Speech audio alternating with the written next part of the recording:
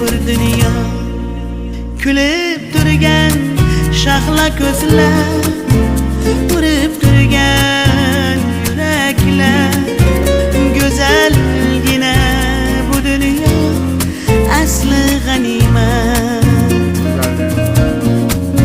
Kulib turgan shahla ko'zlar,